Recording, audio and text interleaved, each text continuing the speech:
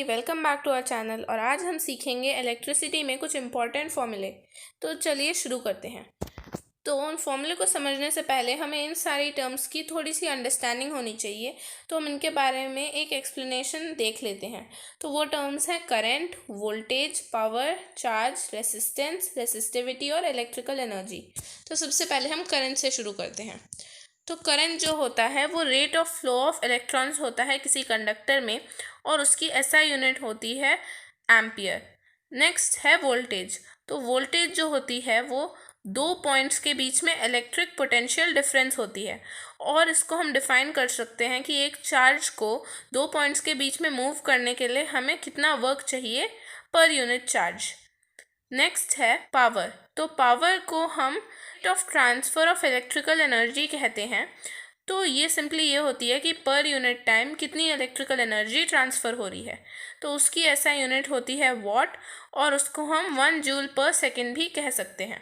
तो 1 watt is equal to 1 joule per second. Next है charge. तो चार्ज होती है एक प्रॉपर्टी ऑफ मैटर जो उनके सब एटॉमिक पार्टिकल्स की वजह से होती है।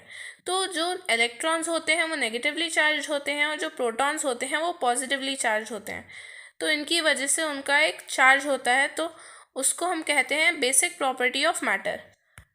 नेक्स्ट है रेसिस्टेंस। तो रेसिस्टेंस जो होती है वो करंट फ्लो को अपोज करती है, तो इसीलिए रेसिस्टेंस इस ऑपोजिशन का मेजर है। तो रेसिस्टेंस को हम ओम्स में मेजर करते हैं, और उसका सिंबल है ग्रीक लेटर ओमेगा। तो ये है वो सिंबल, आप यहाँ पे देख सकते हैं। नेक्स्ट है रेसिस्टिविटी। तो रेसिस्टिविटी जो होती है वो इलेक्ट्रिकल रेसिस्टेंस होती है किसी कंडक्टर के, उसकी यूनिट क्रॉस सेक्शनल एरिया और यूनिट लेंथ के हिसाब से। तो इसलिए सिंपली इसका मतलब ये हुआ कि रेसिस्टिविटी फिजिकल प्रॉपर्टी होती है किसी सब्सटेंस की जिसकी कोई पर्टिकुलर क्रॉस सेक्शनल एरिया और यूनिट लेंथ होती है। नेक्स्ट है इलेक्ट्रिकल एनर्जी। तो इलेक्ट्रिकल एनर्जी होती है, उसे हम कह सकते हैं कि जो एनर्जी प्रोड्यूस होती है जब इलेक्ट्रॉन्स एक पॉइंट से दूसरे पॉइंट तक मूव होते हैं। तो अब हम लोग फॉर्मूले समझ लेते हैं। तो फर्स्ट फॉर्मूला है I is equal to Q by T, जहाँ I है करंट जिसकी यूनिट होती है एम्पियर, Q है चार्ज जिसकी यूनिट होती है कूलम, और T है टाइम टेकन जिसकी यूनिट होती है सेकेंड्स। नेक्स्ट है V is equal to W by Q, जहाँ पे V है वोल्टेज जिसकी यूनिट है वोल्ट, W है वर्क जिसकी यूनिट है जूल, और वर्क और एनर्जी एक ही बात है, तो आप इसको V is equal to E by Q भी लिख सकते हैं। नेक्स्ट है Q जो है चार्ज जिसकी यूनिट है कूलम।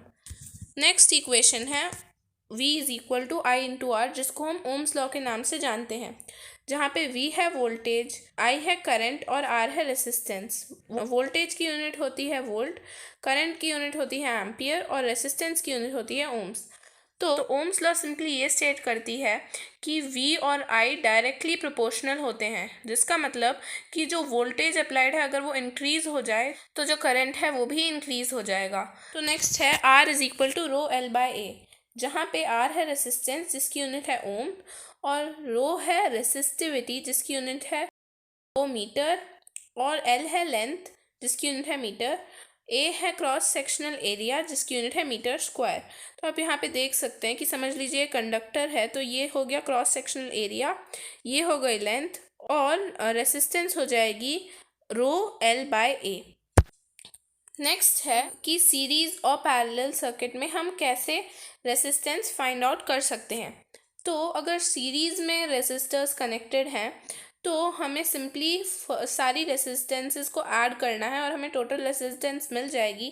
तो उसका फॉर्मूला हो जाएगा कि R is equal to R1 plus R2 by plus R3। पर अगर वो पैरेलल में कनेक्टेड हैं तो हमें ये फॉर्मूला यूज़ करना पड़ेगा, 1 by R T is equal to 1 by R1 plus 1 by R2 plus 1 by R3। तो ये है हमारा सिक्स्थ फॉर्मूला। अब हम बढ़ते हैं अपने नेक्स्ट फॉर्मूला की तरफ, जो है P is equal to V into I. तो P होती है पावर जिसकी यूनिट है वॉट, V होती है वोल्टेज जिसकी यूनिट है वोल्ट, और I है करंट जिसकी यूनिट है एम्पियर। नेक्स्ट फॉर्मूला है P is equal to I square R, ये भी पावर कैलकुलेट करने के लिए है। तो P is equal to power जिसकी यूनिट है वॉट, और I है करंट जिसकी यूनिट है एम्पियर, और R है रेसिस्टेंस जिसकी यूनिट है ओम।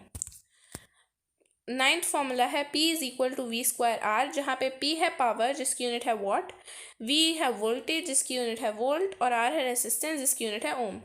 तो 10th फॉर्मूला है वो है एनर्जी कैलकुलेट करने के लिए। Energy is equal to voltage into current into time.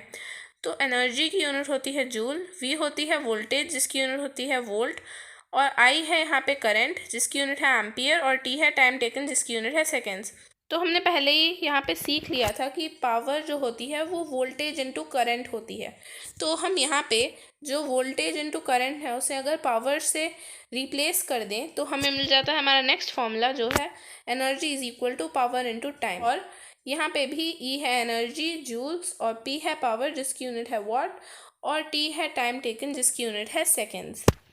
तो आज की वीडियो के लिए तो इतना ही। अगर आपको ये वीडियो पसंद आई हो तो इस वीडियो को लाइक करिएगा, हमारे चैनल को सब्सक्राइब करिएगा और आपको जो भी डाउट्स हो हमसे कमेंट सेक्शन में ज़रूर पूछ लीजिएगा। हम अपना जीमेल एड्रेस भी डिस्क्रिप्शन बॉक्स में प्लेस कर देंगे, आप हमसे उसमें भी पूछ सकते हैं। तो हम